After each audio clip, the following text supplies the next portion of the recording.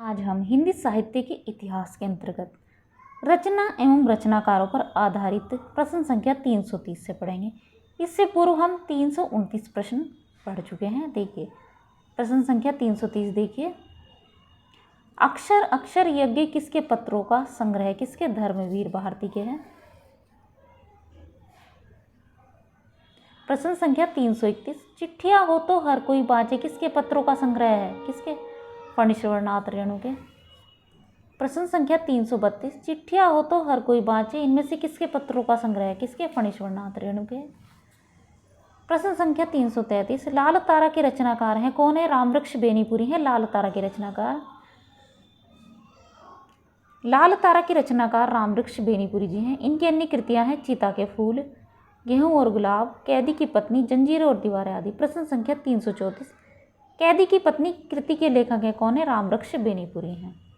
प्रश्न संख्या 335 अपनी केवल धार काव्य संकलन के रचनाकार हैं कौन है? अरुण कमल हैं। ये महत्वपूर्ण तथ्य है। अपनी केवल धार काव्य संकलन के रचनाकार अरुण कमल हैं।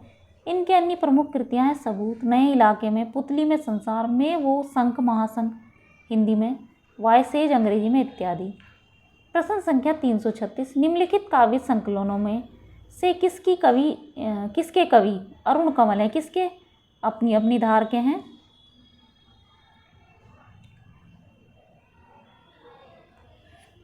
प्रश्न संख्या 337 नए इलाके में किसकी काव्य कृति है? किसकी? अरुण कमल की है। प्रश्न संख्या 338 मुक्तिबोध की आत्मकथा के लेखक है कौन है? विष्णु चंद्र शर्मा।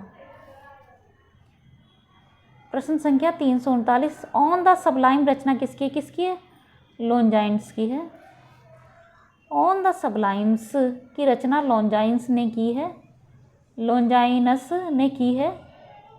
इस रचना में उदान शैली का सांगोपांग विवेचन प्रस्तुत किया गया है। प्रश्न संख्या 340 समय के आरोही क्रम में कौन सी रचना पहले आई है? कौन सी आई है इसमें? अंधेर नगरी आई है। इसके महत्वपूर्ण तथ्य भी देखेंगे। अंधेर नगरी 1881 भारतेंदु हरिश्चंद्र, त्यागपत्र 1937 जैनेन्द्र कुमार, आत्मनेपद 1960 अगेय, तुम चंदन हम पानी 1976 विद्यानिवास मिश्र है। ठीक है। प्रश्न संख्या 341 निम्नलिखित साहित्यकारों में से सबसे कम आयु किसकी रही? किसकी? भारतेंदु हरिश्चंद्र की रही है, क्योंकि इनकी मृत्यु 35 वर्ष की अल्पायु में ही हो गई थी। देखिए इनके उपयुक्त साहित्यकारों में सबसे कम आयु जीवन काल भारतेंदु हरिश्चंद्र का ही रहा है। मतलब जन्म मृत्यु के आधार पर विवरण देख सकते हैं हम। भारतेंदु हरिश्चंद्र 1850 से 1885 35 वर्ष, गजानन माधव मुक्तिबोध 1917 से 1964 47 वर्ष, जयशंकर प्रसाद 1889 से 1937 ईस्वी 48 वर्ष, प्रेमचंद 1880 से 1936 56 वर्ष। आप सभी इस किताब का नाम जानना चाहते हैं तो इस किताब का नाम है हल प्रश्न पत्र, टीजीटी पीजीटी हल प्रश्न पत्र। ठीक है। इससे पूर्व की बनाई गई वीडियो में भी मैं इस किताब का नाम बता चुकी हूँ। ठीक है। रचना यदि जीवन के अर्थ का विस्तार करती है तो आलोचना रचना के अर्थ का। यह कथन इनमें से किस आलोचक का है? किसका? रामस्वरूप चतुर्वेदी का है। रामस्वरूप चतुर्वेदी मधुमती संस्करण 2005 में हिंदी सर्जना एवं आलोचना बिखराव के संदर्भ शीर्षक के अंतर्गत लिखते हैं आधुनिक दृष्टि से रचना जीवन के अर्थ का विस्तार करती है तो आलोचना रचना का। ठीक है। तो कौन सा उत्तर सही है इसका? सी वाला उत्तर सही है। प्रश्न संख्या 343 काव्य संसार के प्रति कवि की भाव प्रधान मानसिक प्रतिक्रियाओं की कल्पना के ढांचे में ढली हुई श्रेय की प्रेम रूपा प्रभावोत्पादक अभिव्यक्ति है। काव्य की यह परिभाषा देने वाले विद्वान कौन है? बाबू गुलाब राय हैं। इनके आप महत्वपूर्ण तथ्य यहाँ पर देख सकते हैं। प्रश्न संख्या 344 चींटी से लेकर हाथी पर्यंत सभी पर कविता हो सकती है। यह कथन किस विद्वान का है? किसका है? महावीर प्रसाद द्विवेदी का है। यहाँ पर आप महत्वपूर्ण तथ्य देख लीजिए।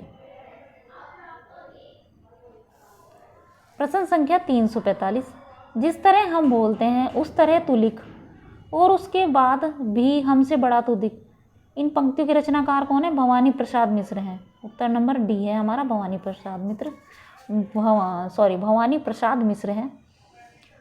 तो यहाँ पर आप देख सकते हैं इन पंक्तियों के बारे में दिया गया है। जिस तरह हम बोलते हैं उस तरह तू लिख, और उसके बाद भी हमसे बड़ा तू दिख पंक्तियों के रचनाकार भवानी प्रसाद मिश्र हैं। यह पंक्तियाँ सन 1930 में प्रकाशित कवि शीर्षक कविता की हैं। प्रश्न संख्या 346, जो हो मैंने आप कई बेर परिश्रम किया कि खड़ी बोली में कुछ कविता बनाऊं, पर वह मेरे चित्तानुसार नहीं है। यह कथन किसका है? भारतेंदु हरिश्चंद्र का है। ये यहाँ पर आप देख सकते हैं महत्वपूर्ण तथ्य। प्रश्न संख्या 347, बिहारी की भाषा चलती होने पर भी साहित्य है। यह कथन किसका है? रामचंद्र शुक्ल का है। ठीक है, उत्तर है हमारा सी।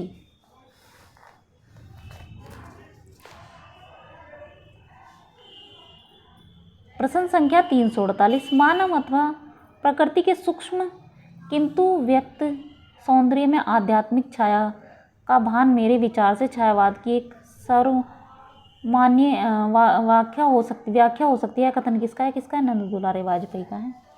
यहाँ पर आप महत्वपूर्ण तथ्य देख सकते हैं कि आचार्य नंद दुलारे वाजपेयी ने छायावाद को परिभाषित करते हुए लिखा है, मानव अथवा प्रकृति के सूक्ष्म किंतु व्यक्त सौंदर्य में आध्यात्मिक छाया का भान मेरे विचार से छायावाद की सर्वमान्य व्याख्या हो सकती है। प्रश्न संख्या 349, छायावाद और उत्तर छायावाद के बीच कुछ वैसा ही संबंध दिखता है जैसा मध्यकाल में भक्ति काव्य और रीति काव्य के बीच था। पंक्तियों के लेखक कौन है? डॉक्टर राम स्वरूप चतुर्वेदी हैं। उत्तर हमारा सी है। डॉक्टर राम स्वरूप चतुर्वेदी अपनी पुस्तक हिंदी साहित्य और संवेदना का विकास में लिखते हैं, छायावाद और उत्तर छायावाद के बीच कुछ वैसा ही संबंध दिखता है जैसा मध्यकाल में भक्तिकाल और रीति काव्य के बीच। प्रश्न संख्या 350 देखिए, निम्नलिखित में से सौष्ठववादी आलोचक किसे कहा जाता है? आचार्य नंद दुलारे वाजपेयी को कहा जाता है। आचार्य नंद दुलारे वाजपेयी को प्राय छायावादी, स्वच्छंदतावादी, सौष्ठववादी, रसवादी, अध्यात्मवादी समीक्षक कहा गया है। ये नाम ही इस बात के सूचक हैं कि उनकी समीक्षा पर किसी वाद का अधिकार नहीं रहा है। प्रश्न संख्या 351, हिंदी आलोचना में शुक्ल जी की चिंतनात्मक मान्यताओं को सबसे प्रबल समर्थन किसने दिया है? किसने? विश्वनाथ प्रसाद मिश्र ने दिया है। ठीक है, रीतिकाल की आलोचना करते हुए इस संदर्भ में आचार्य रामचंद्र शुक्ल ने ही अपने इतिहास ग्रंथ में एक टिप्पणी इस प्रकार की है, वास्तव में श्रृंगार और वीर इन्हीं दो रसों की कविता इस काल में हुई है। प्रधानता श्रृंगार की रही है। इससे इस काल को रस के विचार से कोई श्रृंगार काल कहे तो कह सकता है। पंडित विश्वनाथ प्रसाद मिश्र हिंदी साहित्य का अतीत भाग 2 इस विषय पर व्यापक ढंग से विचार करते हुए अपनी मान्यताएं देते हैं कि जिसने श्रृंगार काल नाम प्रस्तावित किया उसका सौभाग्य है कि इस नामोल्लेख के अनंतर जितने हिंदी साहित्य के इतिहास हाट में बिकने आए उन्होंने किसी न किसी रूप में उसके लिए युग के विभाजन की अहर्ता स्वीकार ली। आचार्य मिश्र प्रकारांतर भाव से यह स्वीकृति देते हैं कि इस नामकरण के पीछे आचार्य शुक्ल का नामकरण विषय अभिमत मूल में अवश्य है। रीति नामकरण विषय को अनौचित्य तथा श्रृंगार काल के औचित्य की चिंतन विषयक अवधारणा के मूल में स्वयं आचार्य शुक्ल ही हैं और उनके द्वारा निर्दिष्ट रीति काल के लिए श्रृंगार काल शब्द की स्थापना के सटीक तर्क शुक्ल जी ने होकर आचार्य विश्वनाथ प्रसाद मिश्र के ही हैं। अतः इस नामकरण की अवधारणा शुक्ल जी से न जोड़कर पंडित विश्वनाथ प्रसाद मिश्र से ही जोड़ी जाती है। इस आधार पर यह कहा जा सकता है कि हिंदी आलोचना में शुक्ल जी की चिंतनात्मक मान्यताओं को सबसे प्रबल समर्थन विश्वनाथ प्रसाद मिश्र ने दिया है। ठीक है, ये महत्वपूर्ण तथ्य है।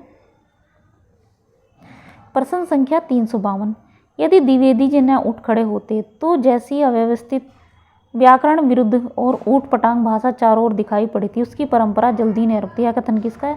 रामचंद्र शुक्ल का है। देखिए, आचार्य रामचंद्र शुक्ल का कथन है कि यदि द्विवेदी जी न उठ खड़े होते तो जैसी अव्यवस्थित व्याकरण विरुद्ध और ऊटपटांग भाषा चारों ओर दिखाई पड़ती थी उसकी परंपरा जल्दी न रुकती।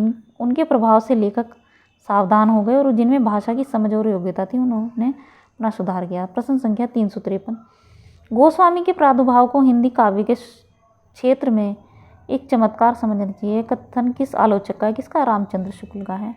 अब यहाँ पर महत्वपूर्ण तथ्य देख सकते हैं। प्रश्न संख्या 354, गुप्त जी वास्तव में सामंजस्यवादी कवि हैं। प्रतिक्रिया का प्रदर्शन करने वाले अथवा मंद में झूमने या झीमने वाले कवि हैं। मैथिली शरण गुप्त पर यह मंतव्य निम्नलिखित विचारकों में से किसका है? रामचंद्र शुक्ल का है। ठीक है, उत्तर नंबर ए। इसमें आप देखिए, मैथिली शरण को राष्ट्र कवि की उपाधि किसने दी थी? गांधी जी ने दी थी। ने राष्ट्र कवि की उपाधि किसे? मैथिली शरण गुप्त को दी थी। ठीक है, देखिए, आचार्य रामचंद्र शुक्ल जी ने इन्हें मैथिली शरण गुप्त को सामंजस्यवादी कवि कहा है। गुप्त जी ने स्वयं को कौटुंबिक कवि मात्र कहा है। गांधी जी ने इन्हें राष्ट्र कवि की उपाधि दी है। किसे? मैथिली शरण गुप्त को। ठीक।